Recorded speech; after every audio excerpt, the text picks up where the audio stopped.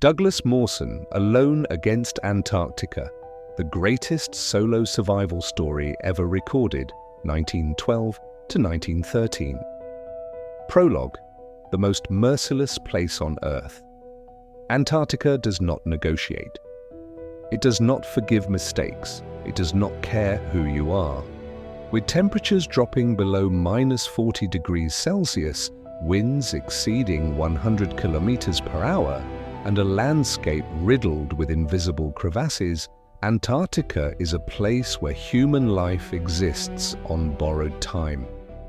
In 1912, one man would face this frozen continent alone, wounded, starving, and nearly blind, and survive. His name was Douglas Mawson. This is not just a survival story, it is a story of purpose, ingenuity, and the refusal to surrender, even when every reason to quit exists. Act 1. Who was Douglas Mawson? Douglas Mawson was born in 1882 in Yorkshire, England, and moved with his family to Australia at a young age. He was not raised for adventure. He was not wealthy, influential, or physically imposing. He was curious.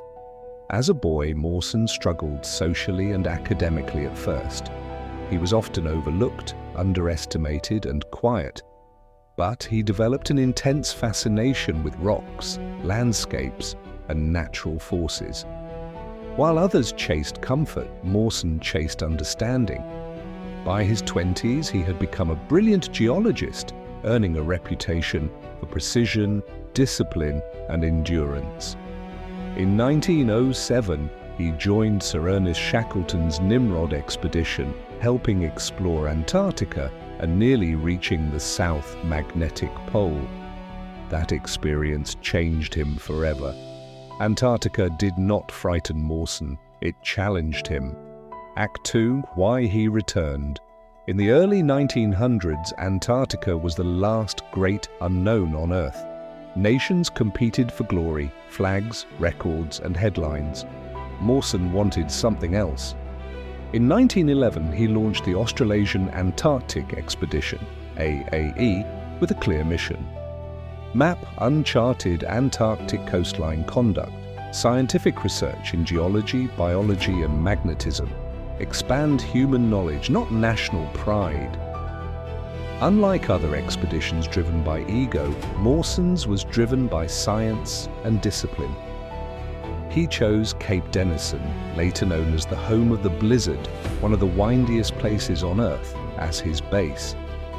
This decision alone revealed his character. He believed that truth lived where conditions were hardest. Act 3. When and where the ordeal began. In November 1912, during the Antarctic summer, Mawson set out on a sledging journey called the Far Eastern Party. His team, Douglas Mawson, leader, geologist Belgrave Ninnis, officer and navigator Xavier Mertz, Swiss mountaineer and skier. Their goal was to explore and map unknown territory east of Cape Denison. They traveled with 16 sled dogs, food rations calculated to the gram, scientific instruments, absolute confidence in planning, but Antarctica punishes even perfect plans. 84, the moment everything changed. On December 14, 1912, disaster struck. As the team crossed a snow-covered glacier, Belgrave Ninnis, walking near the rear, suddenly vanished.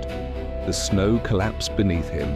Ninnis fell over 150 feet into a crevasse, along with the strongest sled, most of the food, the tent, essential survival equipment. Mawson and Mertz stared into the abyss, shouting his name. There was no response. In a single second, the expedition lost a teammate.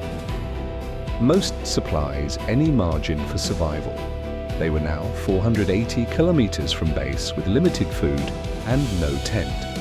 This was the beginning of one of the most brutal survival ordeals in human history. Act 5. The walk back from impossible. Odds Mawson and Mertz made the only choice possible: turn back immediately. They killed their remaining dogs for food. This decision kept them alive, but introduced a silent killer. The dog's liver contained lethal levels of vitamin A, something unknown at the time. Slowly, the poison began destroying their bodies. Symptoms included skin peeling from hands and feet, hair falling out, extreme fatigue, mental confusion. Mertz weakened rapidly. Despite Mawson's care, Xavier Mertz died on January 8, 1913, after weeks of suffering and delirium. Mawson was now completely alone in Antarctica. Act 6. Handwork and Ingenuity. How Mawson Survived. This is where Douglas Mawson became legendary. He was starving, poisoned, injured, mentally exhausted, yet he refused to stop. He rationed crumbs of food with mathematical precision. He repaired his clothing by hand. He modified equipment to compensate for missing supplies. At one point, Mawson fell into a crevasse himself, dangling by a rope. Hanging upside down, nearly unconscious, he used pure logic and hand-built techniques to climb out. His feet were so damaged that skin peeled away completely, exposing raw flesh. His toenails fell off. His hair came out in clumps. Still he walked. He wrote in his diary, "I wonder if I can keep going. I must."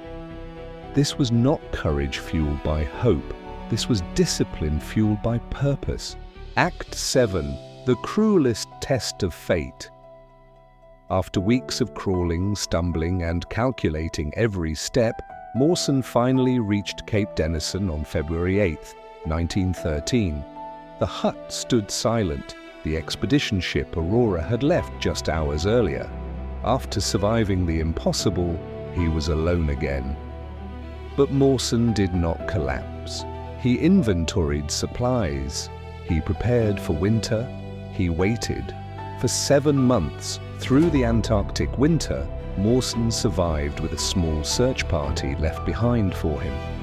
He was finally rescued in December 1913. Act 8. The Outcome, Achievements and Legacy. Douglas Mawson returned home a changed man. His expedition, mapped over 2,000 miles of Antarctic coastline, produced decades of scientific research, revolutionized understanding of Antarctic conditions. He received knighthood, Polar Medal, global recognition as one of history's greatest explorers. But his greatest achievement was invisible. He proved that ingenuity matters more than strength. Persistence defeats despair. Purpose can outlast pain. Act 9. Why Mawson's story matters today. Most of us will never face Antarctica, but we will face loss, isolation, failure, moments when quitting feels logical. Douglas Mawson teaches us this.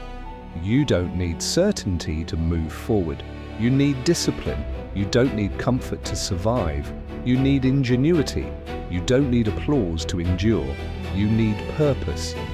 The lesson carved in ice. Douglas Mawson did not conquer Antarctica. He endured it. And in doing so, he left humanity one of its most powerful lessons.